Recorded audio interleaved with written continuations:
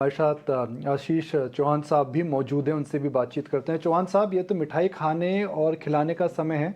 SGX अब gift Nifty हो गया है, सिंगापुर से आकर के इंडिया में आ गया है। तो अगर हम एक सिंपल भाषा में समझें तो इसका क्या महत्व है? धन्यवाद निकुंज जी। आज आपके सभी दर्शकों को भी गुरु पूर्णिमा की शुभकामनाएं। और जो सिंगापुर में निफ्टी का ट्रेडिंग होता था, क्योंकि एक्चुअली सिंगापुर में पहले भारत में जब अप्रूवल आई निफ्टी ट्रेडिंग की, डेरिवेटिव्स ट्रेडिंग की, उसके पहले ही सिंगापुर उसका लाइसेंस ले चुका था एनएसई से, और इसी की वजह से वहां पर ट्रेडिंग पहले शुरू हुआ। और कई एफपीआई जो फॉरेन पोर्टफोलियो इन्वेस्टर्स, उसको उस समय हम एफआईआई कहते थे, वो लोग कई लोग जो है भारत में खुद का रजिस्ट्रेशन नहीं करवाना चाहते हैं, तो वो लोग सिंगापुर के द्वारा ट्रेडिंग करते थे और आज तक करते आए थे। पिछले 10 साल में एक हमने एक मानसिकता बनाई थी कि जो भारत का मेन इंडेक्स है, करीब भारत का मार्केट अब $3.6 ट्रिलियन हो चुका है, विश्व में चौथे नंबर पे है। अमेरिका, चाइना और जापान के बाद भारत का चौथा नंबर मार्केट में आता है। और भारत के जो मार्केट है उसका जो प्राइसिंग सुबह या रात को जो डिसाइड करता है वो फॉरेन का मार्केट करता है, तो थोड़ा हमारे लिए एक हानिकारक भी हो सकता है। इसकी वजह से ये स्ट्रेटेजिक भी एक था कि उसको इंटरनेशनल फाइनेंस सर्विस सेंटर में लेके आए, जिससे फॉरेनर्स भी वहां पे ट्रेड कर सके, डॉलर में ट्रेड कर सके, जो भारत में वो सुविधा उपलब्ध नहीं है। भारत में कैपिटल अकाउंट कंट्रोल भी है, जबकि ये आईएफएससी नाम की सुविधा 2014 के बाद बननी चालू हुई। और उसके वहां गिफ्ट सिटी में हमने बहुत प्रयास किए कि एसजीएक्स के द्वारा निफ्टी को ट्रेडिंग गिफ्ट सिटी में करा जाए। तो उसके फलस्वरूप आज पूरा का पूरा जितना भी सौदे विश्व में से कोई भी सिंगापुर एक्सचेंज पे डालना चाहता है निफ्टी में, वो सौदा आज गिफ्ट सिटी में आना चालू हो गया है और यहीं पर मैच होता है। एनएसई ने यहाँ पर एक नई एक्सचेंज की रचना की है, उसका नाम है एनएसई इंटरनेशनल एक्सचेंज, जहां पर ये सौदे आकर के उनके कंप्यूटर में मैच होते हैं, नहीं कि सिंगापुर में। और जो प्राइसिंग है वो सिंगापुर के जो ट्रेडर्स हैं, विश्व भर के जो ट्रेडर्स सिंगापुर के द्वारा ऑर्डर डालते हैं, और भारत के कई जो ब्रोकर से 60 से अधिक ब्रोकरों ने गिफ्ट सिटी में भी अपना एक सब्सिडरी बनाया हुआ है, और वो 60 ब्रोकर और उनके विश्व भर के क्लाइंट्स डायरेक्टली भी इसी में ट्रेड करके एक बहुत बड़ी लिक्विडिटी बना रहे हैं। करीब जो सिंगापुर का टोटल ओपन इंटरेस्ट था सिंगापुर और गिफ्ट एनएसई आईएक्स का, वो करीब $9.4 बिलियन है। अब सुबह से लेकर के अभी तक करीब $500 मिलियन का ट्रेडिंग आज हो चुका है। अभी तो 4-5 घंटे भी नहीं हुआ, सुबह 6:30 बजे शुरू किया था हमने। 21 घंटा ट्रेड करने वाला ये मार्केट सुबह 6:30 लेकर के अगले दिन सुबह करीब 2:45 बजे तक ये ट्रेड करने वाला है। तो ये बहुत महत्वपूर्ण घटना हुई है भारत के इतिहास में, कि जो कई लोग मुझे कहते हैं कि आपने भारत का जो खोया हुआ कोहिनूर था, जैसे निफ्टी को कई लोग कहते हैं कि भारत का कोहिनूर से बहुत बड़ी चीज है। $3.6 ट्रिलियन का मार्केट कैप जो देश का है, उसका प्राइसिंग मॉर्निंग का और इवनिंग का आप वापस गिफ्ट आईएफएससी में भारत के रेगुलेशन के तहत लेके आए हो, तो बहुत बड़ी बात है। और मैं भी मानता हूं कि एक अभूतपूर्व घटना हुई है। चौहान साहब, कुछ साल पहले एक कंसर्न थी कि भी एसजीएक्स की जो वॉल्यूम थी वह निफ्टी से ज़्यादा हो चुकी थी, और उस पर लेकर के कंसर्न्स हमने देखा था, कई बार हम डिस्कस कर चुके हैं। तो क्या अब इस जो इशू को अब कंप्लीट तरीके से पूर्ण विराम लग जाएगा? एक तरह से जो निफ्टी का जो ट्रेडिंग फ्यूचर्स का जो है वो आज भी गिफ्ट सिटी में आज से जो डोमेस्टिक एरिया से थोड़ा ज्यादा इसलिए भी होने वाला है, क्योंकि डोमेस्टिक एरिया में एसटीटी जो है वो एक तरह से फ्रिक्शन की भूमिका अदा करता है, जिससे लोग ऑप्शंस भी ज्यादा ट्रेडिंग करने का पसंद करते हैं।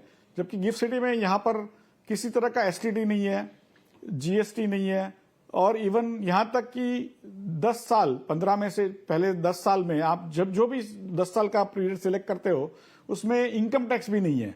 और फॉरेनर्स के लिए तो जो फॉरेन से ट्रेड कर रहे हैं उनके लिए तो इनकम टैक्स वैसे भी नहीं है। तो उस हिसाब से ये एक तरह से क्योंकि यहाँ पर एसटीटी नहीं है तो फ्यूचर्स ट्रेड करना आसान है, फ्यूचर्स इजी टू हेज है, जबकि ऑप्शंस में बहुत सारे कॉम्प्लेक्सिटीज भी होते हैं। और इसी वजह से एसजीएक्स में भी फ्यूचर्स का ट्रेडिंग ज़्यादा था और मुझे लग रहा है कि गिफ्ट में भी आगे जाकर के जो फ्यूचर्स का ट्रेडिंग ज़्यादा रहेगा। ऑप्शन का ट्रेडिंग स्वाभाविक है कि इंडिया में ज़्यादा है डोमेस्टिक एरिया में एनएसई पे, और इवन ओपन इंटरेस्ट आप गिनेंगे तो यहाँ पे करीब 75,000 करोड़ का ओपन इंटरेस्ट आज गिफ्ट सिटी में बन चुका है, जबकि डोमेस्टिक एरिया में टोटल ओपन इंटरेस्ट हम गिनेंगे फ्यूचर्स ऑप्शन सब मिला के तो इससे करीब 12 से 20 गुना ज़्यादा हो जाता है कई बार। तो भारत में ऑफकोर्स ट्रेडिंग ज़्यादा है लेकिन ऑप्शंस में बहुत ज़्यादा है और फ्यूचर्स में उतना ज़्यादा नहीं, इसलिए हमें कई बार लगता है कि निफ्टी का ट्रेडिंग बाहर ज़्यादा होता है, बट ये हकीकत नहीं है। साहब, क्योंकि अब एसजीएक्स निफ्टी गिफ्ट निफ्टी हो गया है, तो आपको क्या लगता है जो अंडरलाइंग वॉल्यूम है गिफ्ट निफ्टी के अंदर एसजीएक्स निफ्टी में जो हिस्टोरिकल होती थी उससे कहीं ज़्यादा बढ़ सकती हैं?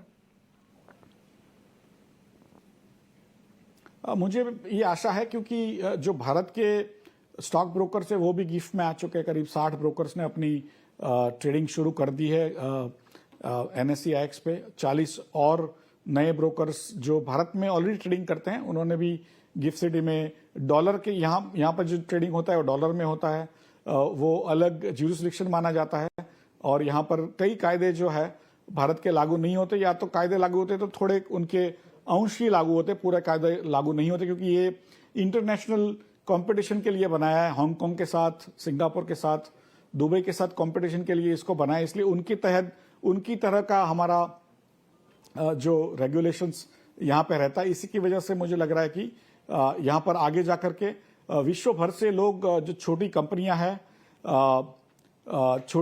हैं वो भी जो अमेरिका में, यूरोप में उनका लिस्टिंग एक तरह से इकोनॉमिक नहीं है उनको, वो भी गिफ्ट सिटी में आके यहाँ पे लिस्ट कर सकते हैं।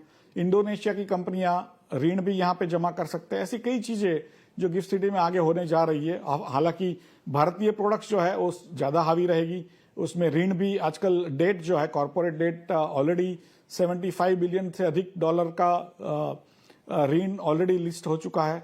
तो ऐसी कई चीजें जो है वो गिफ्ट सिटी को आगे जाकर के एक विश्व में बेहतरीन IFSC international finance service centre के जोन में लेकर के जाएगा।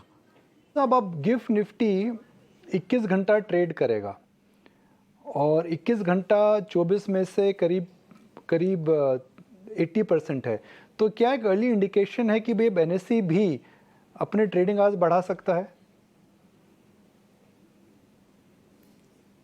पहले भी अपनी इस पे चर्चा हुई है निकुंज जी, और हमने एक ब्रोकर्स की कमेटी का गठन किया था, वर्किंग ग्रुप का, और उन्होंने अपने एक तरह से निष्कर्ष पे आ चुके हैं कि किस तरह की ट्रेडिंग होनी चाहिए, कौन सी प्रोडक्ट्स होनी चाहिए, कैश मार्केट लंबी अवधि के लिए होना चाहिए कि सिर्फ डेरिवेटिव्स होना चाहिए, और कब से कब शुरू होगा, कब खत्म होगा, वो सब के ऊपर वो लोग ने अपना एक मंतव्य बना लिया है आगे जाकर के। और जो ब्रोकर की लार्जर बॉडी है उसमें भी हम उसको पेश करेंगे, और एक निष्कर्ष निकलता है, सभी का मन बनता है तो हम सभी के पास भी लेके जाएंगे और आगे जाकर के लंबी अवधि के लिए भारत में डोमेस्टिक एरिया में भी लंबी अवधि के लिए ट्रेडिंग का सोच रहे हैं। तो चौहान साहब, इस डिसीजन पे फाइनल मोहर कब लगेगी, हाँ या ना? अभी तो हाँ ना दोनों चल रहा है। जब तक हाँ नहीं होती है तब तक हाँ ना लगेगा, लेकिन क्योंकि वर्ल्ड उस तरफ जा रहा है, ऑटोमेशन भी उस तरफ जा रहा है, तो कहीं ना कहीं तो हमें भी उस तरफ जाना पड़ेगा। हम जब छोटे थे तो हमारे गांव में दोपहर को 12 से 4 बजे लोग दुकान बंद करके सो जाते थे। आज कोई भी दुकान बंद नहीं करता है क्योंकि समय का तकाजा है, सभी को रखना पड़ता है, भले कस्टमर आए कि नहीं आए। वैसे ही हम सभी को जो लंबी अवधि के लिए काम करना सीखना होगा, लेकिन एक सम्मति बनती है तो और अच्छा लगता है। तो उसी की वजह से हम सभी मेंबर्स को साथ में लेकर के आगे बढ़ना चाहते हैं। तो चौहान साहब, क्योंकि आप हाँ पर ज़्यादा तवज्जो दे रहे हैं, ना पर कम दे रहे हैं, क्या हमें 18 हाउस स्वदेश में अब नए लंबे वर्किंग आवर्स की तैयारी ज़्यादा कर लेनी चाहिए?